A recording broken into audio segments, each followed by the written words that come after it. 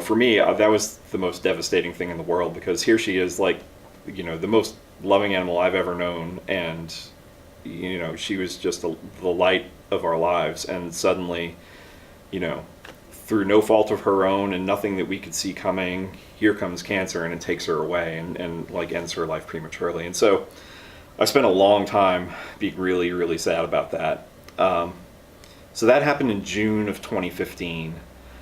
And then in January of that year, I started kind of thinking about the upcoming barbecue season, and I don't know what it was that specifically caused the switch to flip, but there was some thought of Mama in the thought process, which is that here I am grieving about this animal that was, so loving, being taken away from me so early, and I'm about to go do the same thing to a lot of other animals. Like, I'm taking the lives of countless chickens and cows and whatever early.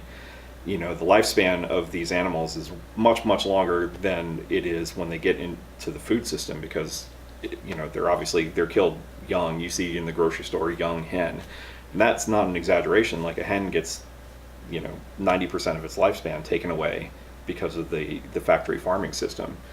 And the other thing about the barbecue competitions is that they can be pretty wasteful in terms of food. So when you cook a brisket, which is anywhere between 12 and 20 pounds, for a competition you're turning in 6 pieces, and that's it for the judges, 1 for each judge.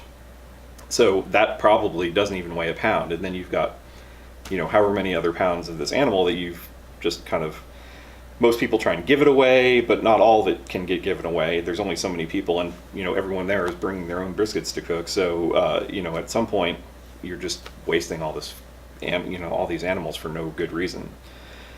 So